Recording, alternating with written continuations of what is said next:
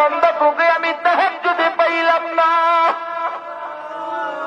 এ বান্দা তোকে আমি ফজরে ডাকলাম পাইলাম না, বান্দা জোহরে ডাকলাম পাইলাম না, আসরে ডাকলাম পাইলাম না, মাগরিবে ডাকলাম পাইলাম না, এশায়ে ডাকলাম পাইলাম না, টঙ্গীর ইজতেমায় ডাকলাম পাইলাম না, চরমনার মাহফিলে ডাকলাম পাইলাম না, ওয়াজের মাহফিলে ডাকলাম বান্দা পাইলাম না, রমজানের সারিতে ডাকলাম পাইলাম না। বান্দাকে আমি আল্লাহর ডাকে সাড়া না দিয়া কিয়ামতের ময়দানে জাহান্নামে যখন যাবি, জাহান্নামের ফেরেশতারা জাহান্নামের শিকল হাতে পায়ে লাগায়া যখন জাহান্নামের দিকে টেনে হিঁচড়ে নিয়ে যাবে, বারবার পেছনের দিকে ফিরে ফিরে তাকাবি আর আমি আল্লাহকে আল্লাহ বলে ডাকবি। বান্দা 1000 জবাব দিলেও 1000 বছর ডাকলেও আমি আল্লাহর জবাব পাবি না রে বান্দা। এ পয়গম্বর, জিনাকার যখন আমি আল্লাহর রহমতের দরজায় দাঁড়াইয়া গেছি, ওর জন্য তো রহমতের দরজাটা ভিতর থেকে আমি আল্লাহ বন্ধ করে দিয়েছিলাম।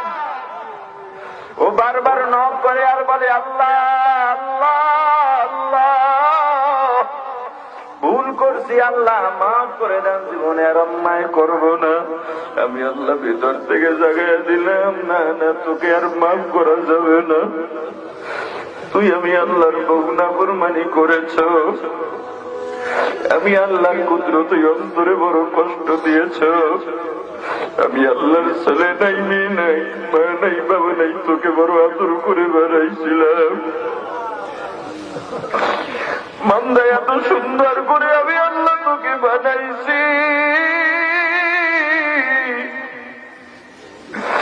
এত সুন্দর করে আমি আল্লাহর কাউকে বানাই নাই বান্দা, অথচ আমি তোর পথের দিকে কত তাকাইয়া থাকলাম,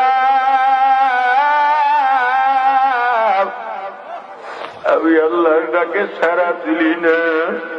এ পয়গম্বর কিন্তু জিনাকার থামে নাই, অন্তরের মধ্যে আফসোস নিয়ে আমি আল্লাহর রহমতের দরজাটা ছাড়াই না। একটা সময় জিনাকার যখন আমি আল্লাহকে আল্লাহ আল্লাহ আল্লাহ বলে ডাক দিতে শুরু করেছে, আমি আল্লাহ রহমতের দরিয়ায় ঢেউ শুরু হয়ে গেছে, আমি আল্লাহর রহমতের দরিয়ায় তুফান শুরু হয়ে গেছে। একটা সময় আমি আল্লাহর কুদরতি অন্তরে দোষ মেরে গেছে, আমি আল্লাহ রহমতের দরজাটা খুলিয়া আমার বান্দাকে আমি আল্লাহর কুদরতি কোলের মধ্যে উঠাইয়া আমার বান্দার গুনাহগুলো আমি আল্লাহ আমার কুদরতি হাত দিয়া ছেড়ে দিলাম। এবার ওই জিনাকারের তওবার কারণে আমি আল্লাহ বৃষ্টি দিয়ে দিলাম। এ পর্দালের মা বৃদ্ধ বাবাজি যুবক ভাই, আমিও তো তোমার মতো একজন যুবক, আমি কি কিছু বুঝি না রে যুবক। মেয়েদের সাথে কি কথা বলতে আমার মনে চায় না, আমার মনে চায় নাকি আমার সুযোগ নাই মনে করেছ? তোমার চেয়ে আমার সুযোগ তো আরো বেশি।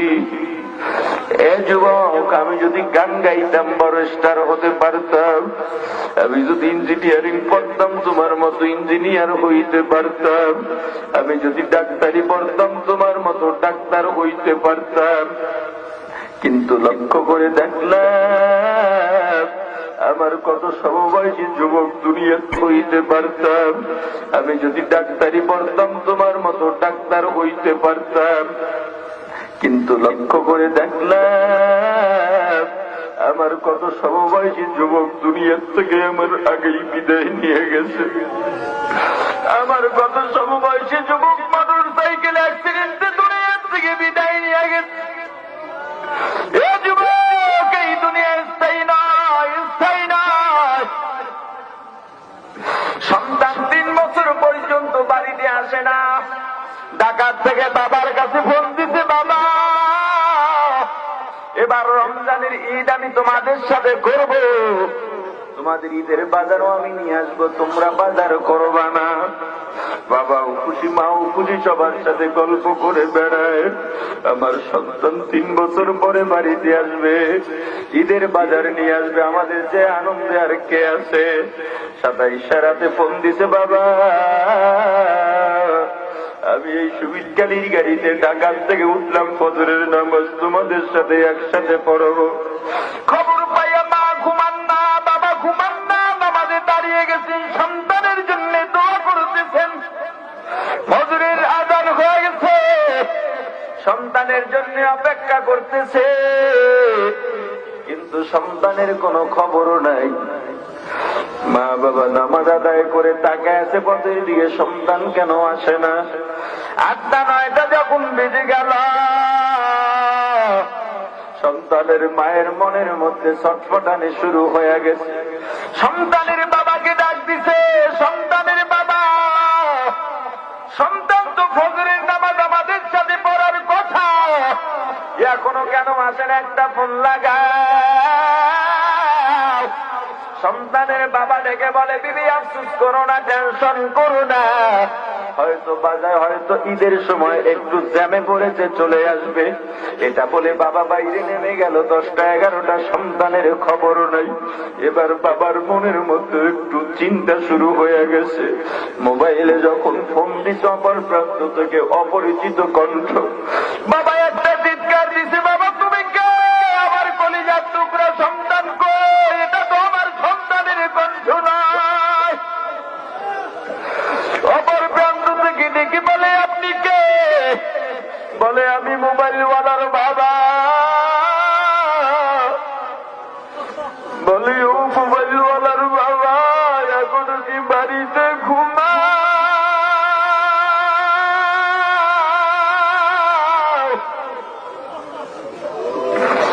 তোমার সন্তান যে গাড়ির মধ্যে বাড়িতে রওনা দিয়েছে, গাড়িটা বাড়ি পর্যন্ত পৌঁছতে পারে নাই। পথিমধ্যে 2 গাড়ির মুখোমুখি সংঘর্ষে 2টা গাড়ি খাদের কিনারায় পড়ে গেছে। কত মানুষ মারা গেছে রে আল্লাহর গোলাম। মোবাইলটা রাস্তার মধ্যে পাইলাম, রাস্তার পাশে সাদা কাপড় দিয়া অনেকগুলো লাশ ঢেকে রাখা আছে, এর মধ্যে অনেক যুবকও আছে। ও মোবাইলওয়ালার বাবা, তাড়াতাড়ি আসো, দেখো তোমার সন্তান এই লাশের মিছিলে আছে কিনা। বাবা পাগলের মতো একটা দৌড় দিছে। মা মনে করেছে সন্তান বুঝি কাছে এসে গেছে, জন্য স্বামী দৌড় দিয়েছে। অন্যান্য সন্তানদের মা ডাক দিছে, আয় আয়, তোর ভাই বুঝি কাছাকাছি এসে গেছে, গরম পানি বসা, নতুন চাদর বিছা, নতুন বালিশের কাবার রেডি কর, আমার সন্তান গোসল করবে, পানি গরম কর। বাবা দৌড়ে গিয়া দেখে রাস্তার পাশে রক্ত আর রক্ত। এক একটা লাশের উপর থেকে কাপড় উঠায় আর কৌতূহলে নিয়ে চেহারার দিকে তাকায়। হঠাৎ তাকায় দেখে 3 বছরের সন্তানকে যে দেখে না, ওই সন্তানকে আর জীবনও দেখতে পারবে না। কলিজার টুকরা সন্তান লাশের মিছিলে সামিল হয়ে গেছে। ঈদের বাজার এখনো হাতের মধ্যে মুঠ করে শক্ত করে ধরা। সন্তানের বাবা কাঁদে আর বলে, কলিজার টুকরা সন্তান, ঈদের বাজার পৌঁছাইলি রে বাবা, নিজে কেন পৌঁছাইলি না? আমি তোর মাকে কি জবাব দেব বল? এ বাবা, যেদিন তুই রওনা দিয়া যাবি, তুই তো জানো না তোর আগের রাতে তোর মা সারা রাত ঘুমায় নাই, শুধু কান্নাকাটি করেছি। এ বাবা, তুই যখন রওনা দিয়া গেছে, তোর মা দৌড় দিয়া রাস্তার দরজায় গিয়া গাছের আড়ালে দাঁড়াইয়া একবার গাছের ডান দিক দিয়া তোর পথের দিকে তাকাইছে, আর একবার বাম দিক দিয়া তোর পথের দিকে তাকাইছে। কত রাত তোর মা কান্নাকাটি করতে করতে দীর্ঘ রাত্রটা কাটাইয়া দিছে। ওরে বাবা, 3টা বছরে 6টা ঈদে তুই বাড়িতে আসু নাই, কত আনন্দ ঈদের সময়, কিন্তু তোর মা তুই না তাকায় দরজা বন্ধ করে ঈদের দিনেও তোর পথের দিকে তাকায়া তাকায়া কান্নাকাটি করেছে। আমি তোর মায়ের কাছে কি জবাব দিব বল বাবা, বল। বাবা সন্তানকে অ্যাম্বুলেন্সে নিয়ে বাড়ির দিকে রওনা দিলেন। মা দরজায় গিয়ে মাথায় ঘোমটা দিয়ে বড় আশা নিয়ে তাকাইয়া রয়েছে। আমার খোকা আসবে, 3টা বছর আমার খোকাকে দেখি নাই। আর এই খোকাকে আমি লালন পালন করলাম, কত কষ্ট করে লালন পালন করলাম। 3টা বছর আর মুখে আমি মা ডাক শুনতে পাই না। হঠাৎ তাকায় দেখে একটা গাড়ি আসতেছে, মা দৌড়ে আগিয়া তাই, তোরা কে কই তাড়াতাড়ি আয়, তোর ভাইয়া বুঝি গাড়ির মধ্যে চলে আসছে। বাড়ির দরজা দিয়ে অ্যাম্বুলেন্সটা ঢুকতেছে আর হুইসেল দিতেছে। মা একটা ঘরের মধ্যে চিৎকার দিচ্ছে, আমার বাড়ি অ্যাম্বুলেন্স কেন, কার কপালটা বুঝি খুলল। দরজার সামনে এসে যখন বাড়ির দরজাটা খুলে দিয়েছে, মা তাকায় দেখে কলেজের টুকরা সন্তান রক্তাক্ত অবস্থায় ঘুমায়। সন্তানের মা কাঁদে আর বলে, রে বাবা, এটা তোর শোয়ার জায়গা না, চল বাবা চল, নতুন চাদর বিছাইছি, তোর জন্য গরম পানি করেছি বাবা, শুধু বড়ই পাতা দেই না, তোর গরম পানি যাবি মায়ের হাতে হবে আমি বুঝতে পারি না। ও সুমিতকালীর যুবক, কোন দিন মারা যাইবা তুমিও জানো না, আমিও জানি না, কার মায়ায় পল্লারে যুবক। দাপট দেখাইও না, মাস্তানি করিও না, আল্লাহর গোলাম হও, আল্লাহর গোলাম হও। আল্লাহর গোলামি নিয়ে যদি মরতে পারো, তুমি কবরেও বাচ্চা, দুনিয়াতেও বাচ্চা। এ যুবক, বলো দুনিয়া বড় না আল্লাহ বড়? আরো জোরে বলো, দুনিয়া বড় না আল্লাহ বড়? ইসলাম বড় না সম্পদ বড়? নবী বড় না বিবি বড়? কোন যুবতী যদি বলে দাড়িওয়ালা যুবকের সাথে বিবাহ বসবো না, বলে দাও তোর মতো দয়ুস আমি চাই না। কোন বিবাহিত যুবতী, বিবাহিতা যুবতী বউ যদি বলে, ও স্বামী তোমার দাড়ি না দেখে বিবাহ বসেছি, এখন দাড়ি রেখেছো তোমার সাথে থাকবো না, বিবিকে বলে দাও, বিবি আমি তোমাকেও চাই, দাড়িও চাই, তবে দাড়ি রাখতে গিয়া তোমাকে ছেড়ে দিতে পারবো, তোমাকে রাখতে গিয়া, তোমাকে রাখতে গিয়া দাড়ি কাটতে পারবো না।